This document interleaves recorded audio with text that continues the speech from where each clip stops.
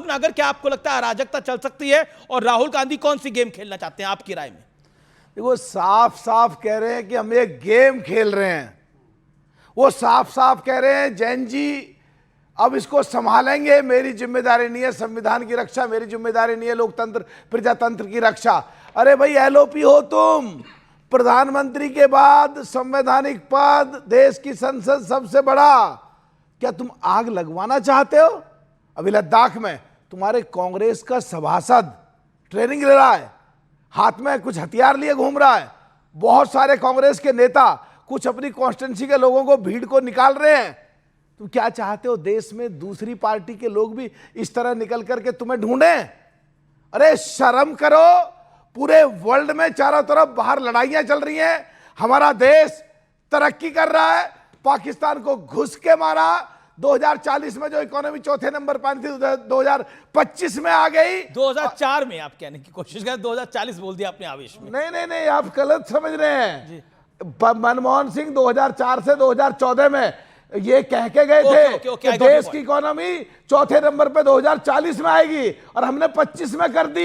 इन लोगों पे झेल नहीं रही है, माना ये एनडीए की झेल नहीं पा रहे, माना बीजेपी को झेल नहीं पा रहे, माना मोदी को झेल नहीं पा रहे। इतने बौखला गए कि देश के खिलाफ ही काम करने लगे, आग लगवाने के लिए उकसा रहे लोगों को। देश दुरों पर उतरा है। आप लोग देश में आग लगवाना चाहते हैं, दंगे करवाना चाहते हैं, स्थिति को अनियंत्रित करना चाहते हैं, देश में परेशानी खड़ा करना चाहते हैं। मलूक नागर सेज दिस। देखिए मलूक नागर जो मर्जी कहें, देश का एक इतिहास रहा है और जब भी ये डिमांड्स रही हैं सेपरेट स्टेटहुड की, बहुत बार जो सिटीजन्स हैं वो वायलेंट हुए हैं। हमने झारखंड के केस में देखा, जब जॉइंट बिहार टूटा, जॉइंट आंध्र प्रदेश जब टूटा, तेलंगाना बड़ा वायलेंट स्ट्रगल हुई। ये अराजकता क्यों चाहते हैं पूरे देश में? उत्तर प्रदेश से अलग होकर के, एक मिनट सुन तो लीजिए, सुनिए, हम कोई अराजकता अरे देश के खिलाफ क्यों बोलते हो? शांति। ऐसी बात क्यों बोलते हो जो देश के खिलाफ जाए? ऐसी बात क्यों बोलते हो जो देश के लोगों के खिलाफ जाए? ऐसी बात क्यों बोलते हो जो देश में आग लगवाने की बात करते हो? क्या तुम देश के खिलाफ बोल रहे हो? क्या तुम देशद्रोही हो? सोचो क्या बोल रहे हो। देश के नेशनल टेलीविजन पे जो पूरे वर्ल्ड में देखा जाता है, क्या बोल रहे हो यार? विवेक, तुम तो बहुत समझदार आदमी हो, तुम तो बड़े जिम्मेदार लोग हो। अब आप आराम से सुन लीजिए जरा 30 सेकंड।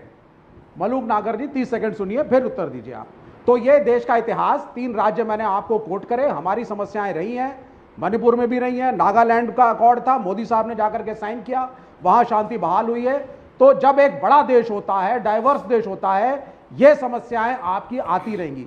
लेकिन इसको कहना कांग्रेस ने करवाया, राहुल गांधी ने कराया, 2014 के बाद से ही सोनम वांगचुक जो है वो बीजेपी के ब्लू आइड बॉय थे।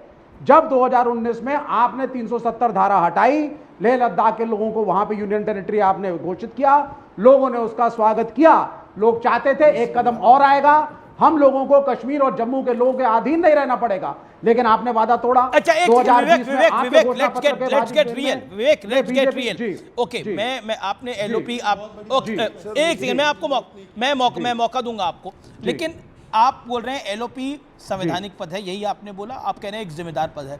तो जिम्मेदार पद पे बैठे रहने वाला व्यक्ति क्या ये बात बोलता है कि हम बीजेपी, आरएसएस और इंडियन स्टेट यानी भारतीय राज्य के साथ लड़ रहे हैं, हम इंडियन स्टेट के साथ लड़े हैं? 15 जनवरी 2025, 15 मार्च 2023 यूरोप, नहीं एक सेकंड, यूरोप और अमेरिका कौन होते हैं हमारे लोकतंत्र में बोलने वाले? वो कह रहे हैं कि आइए भारत को बचाइए, राहुल गांधी गुहार लगा रहे हैं लोग विदेशी धरती पर। जवाब दीजिए इस बात का। नहीं, मैं आज की बात पे तो आ ही नहीं रहा हूं। बड़ा कंफ्यूजन जो है, क्या कंफ्यूजन है इसके अंदर की बात में? मैं स्टेट पे राहुल गांधी ने बोला था कि नहीं बोला था? एक सेकंड, राहुल गांधी ने ये दोनों बातें बोली कि नहीं बोली? अगर मैं गलत बोल रहा हूं तो मुझे कोट करिए, मैं गलत बोल रहा हूं। राहुल गांधी ने नहीं, आप सुने सर, इंडियन स्टेट शब्द का यूज किया। अगर आप कॉन्स्टिट्यूशन की पुस्तक पढ़ेंगे, स्टेट शब्द के अंदर क्या क्या आता है, स्टेट में सिर्फ राज्य नहीं है, स्टेट के अंदर सारे सरकारी तंत्र हैं, ईडी, सीबीआई, इलेक्शन कमीशन। अरे देश की इकोनॉमी डेड बोल रहे हो क्या? सरकार थी सर, ये उसी के खिलाफ बोले वो, क्या बोल रहे हो यार? विवेक बाबा, विवेक let me with speak. All due respect अगर इनका विवेक misuse विवेक ओके करके आप कह रहे हैं हमें इंडियन और स्टेट का कांग्रेस को मतलब ये आप लगता समझ है, नहीं पा रहे हैं आप इंडियन इलेक्शन स्टेट जीत का रहे हैं। मतलब समझिए एक सेकंड नहीं, सर, मैं आप आपकी हमें- बात को ऊपर रख लेता हूं थोड़ी देर के ना, लिए अगर अब आप इसका मतलब सरकारी ये बता तंत्र दीजिए का उपयोग यूरोप और करके अमेरिका हमें टारगेट करेंगे, ऑपोजिशन को टारगेट करेंगे। एक सेकंड यूरोप और अमेरिका में लोकतंत्र के रक्षक इस बात से बेखबर क्यों हैं भारत में लोकतंत्र का एक बड़ा हिस्सा नष्ट हो चुका है और वो क्यों नहीं इंटरवीन करते अब बताइए क्या मतलब है इसका क्या मतलब है इसका मतलब समझाइए मेरे अगर लिए। आप मेरे प्राइम मिनिस्टर जाकर के डोनाल्ड ट्रंप मैं के इसका साथ, मतलब अमेरिकन्स पूछ के रहा हूं साथ, आपसे, यूरोपियंस इधर-उधर के की साथ बात मत करिए गलबैया विवेक करेंगे, समर्थन लेंगे, बिल्कुल ठीक किया। पता होना चाहिए दुनिया को मुल्क में हो क्या रहा है, और पता That's है the point. एक पता सेकंड, है that's दुनिया proof को। है। एक सेकंड। मोदी और इज बोलिए। No longer a respected man in the पूरी वर्ल्ड। दुनिया को क्या पता होना चाहिए पूरी दुनिया को क्या पता होना चाहिए कैन यू कम अगेन विवेक जब जी जो बाइडन आकर के सुनिए क्या सर, पता सुनिए होना सर, चाहिए सुनिए, पूरी दुनिया 10 सेकंड को? दूंगा। क्या पता G20 होना चाहिए में पूरी दुनिया को? Sir let me speak sir. हाँ प्लीज सर यार तो मैं बता देता हूं क्या पता होना चाहिए। शांति G20 all audios down Hindustan. Vivek Srivastava on इस स्क्रीन चैनल के एंड ऊपर ऑडियो तालियां बजाई गई। पाकिस्तानी सर मुझे बोलने तो दीजिए कम से कम। देशद्रोही बोलते हैं, आप बोलने ही नहीं इसीलिए दे रहा कोई आपको मुझको। पाकिस्तानी बोलते हैं। अच्छा यार ठीक है, देशद्रोही होगा, हम देशद्रोही हैं, हम देशद्रोही हैं बस।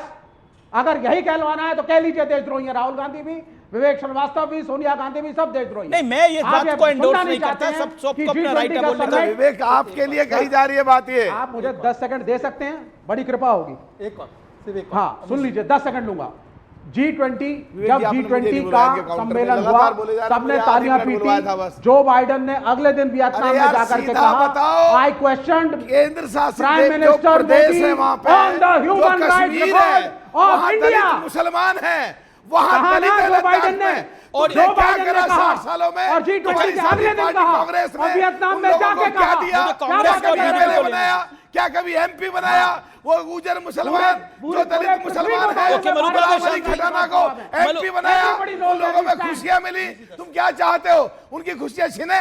तुम क्या चाहते हो? ओके, 370 से आपने देश बोला आजाद विवेक हुआ पाकिस्तानी है। दोबारा ओके, लगाना ओके, चाहते हो? दे दो, तो दे क्या दो। चाहते हो? मलूक नागर शांति भाई, मलूक नागर शांति देखिए अमीश जी 10 दे दो। 10-15 सेकंड विवेक जी 10 सेकंड मैंने आपके बीच में नहीं बोला 10-15 सेकंड। अभी दो चीजें जी, हो गई आपने जी। एक तो जब इन्होंने कहा स्टेट की परिभाषा तो आपने ट्रैप कर दिया बोल के कि India is not a nation भी बोला था राहुल जी ने एक बार। एनीवे छोड़ देते हो।